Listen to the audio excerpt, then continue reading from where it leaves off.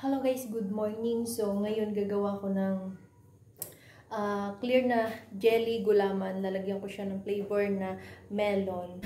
Panoorin natin. So unahin natin itong white jelly gulaman dahil ito yung ating pangkuluan. Then ini-next na natin yung melon tang.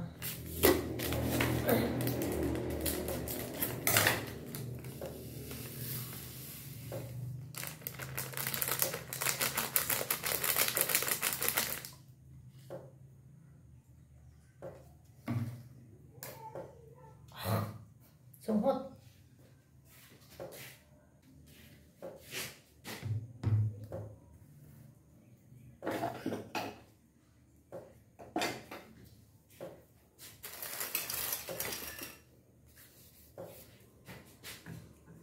Di kasya guys. Di kasya. So ilagay na lang natin dito sa kaserola dahil hindi siya mahalo.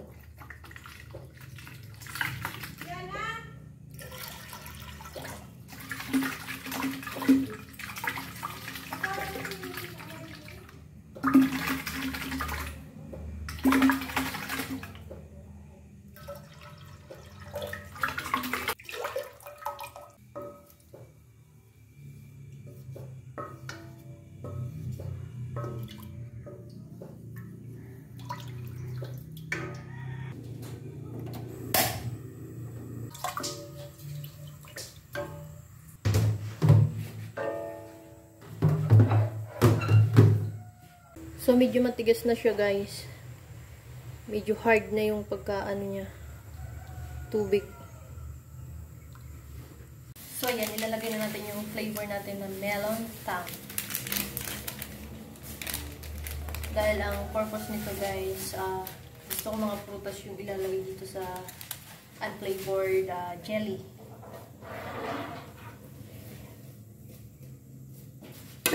Then, ilalagay na natin.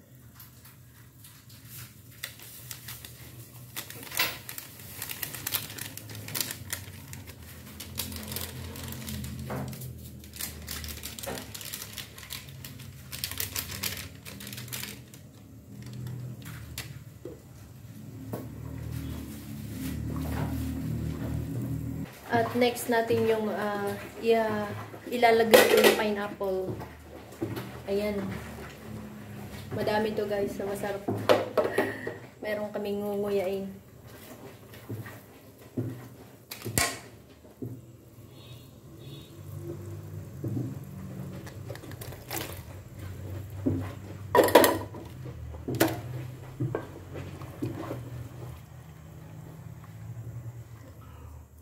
Grabe guys, ang bango.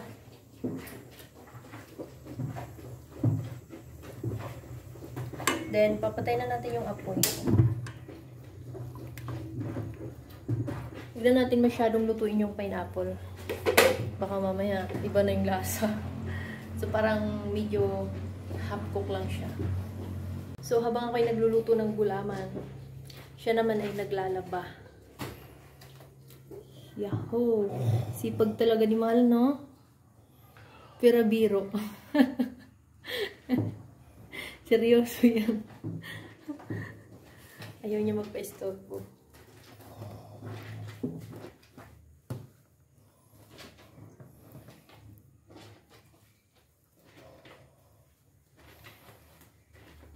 Ang bango, grabe. Parang ano yung amoy strawberry.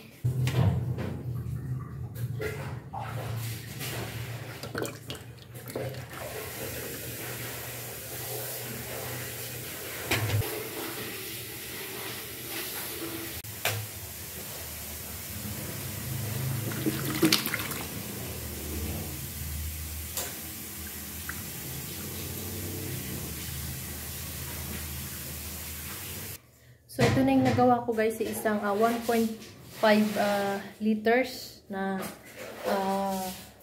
jelly. So, kaya nagkulay orange kasi nilagyan natin ng melon tang.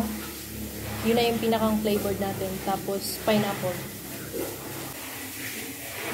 So, guys, titingnan natin yung aking ginawang jelly kanina. Ito, natitingnan natin kung ano na yung resulta at titikman natin kung anong lasa.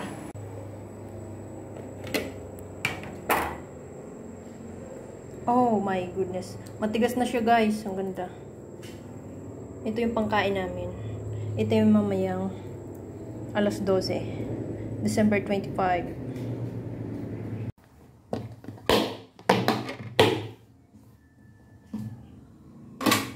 At ito naman ang ating kakainin. So, wow. Ayaw makuha, guys, matibay. Kailangan ng kutsara. Tinidor pala. Sobrang hard niya, guys, oh. Wow. Ganda. Pag masarap to, guys, ulit-ulitin ko to. 1, 2, 3. Wow. Ganda. Tapos patitikman natin si Mahal. Iwain natin sa kutsilyo.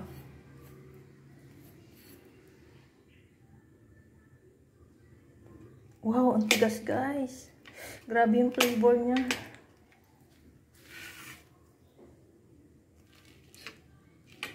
Tingin ko talaga, hindi ko lang tingin, talagang masarap to.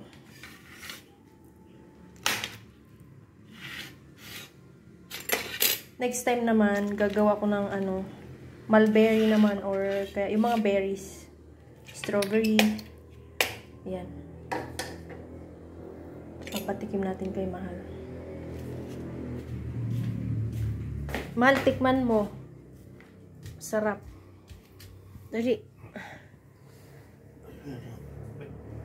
Bilog na yan. Bilog. Ikaw ang unang titikim. Sarap? O, sige, ako nga.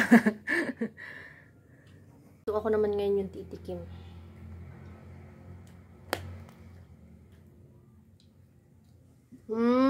Anong ginawa mo? Ba't nabuo? Ano to?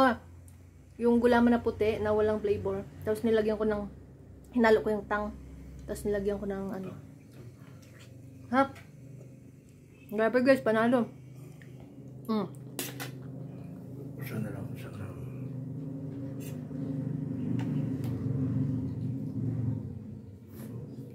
Hap yun. Ang sarap.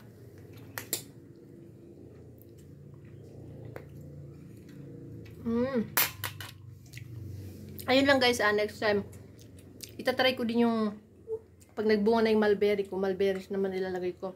Tapos mga berries, mga berry-berries. At maraming salamat sa panonood, guys, at don't forget to subscribe my YouTube channel. Bye-bye!